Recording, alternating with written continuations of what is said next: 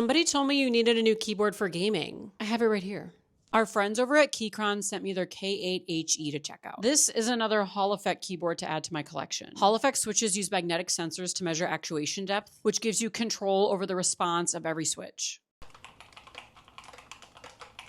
It comes in 3 total colorways and has tons of RGB customization options. So, what do we think of this absolutely beautiful keyboard? I'm sorry, the wood accents on the sides, are you kidding me? Are you joking? Aesthetics and function, are you kidding? If you like this keyboard, I need you to hit that follow button and keep an eye out because I am doing a giveaway soon with Keychron where you can win 1 of 2 keyboards. Are you ready to try a Hall effect keyboard? I don't play shooters. If I did, what shooter would you recommend I start out with?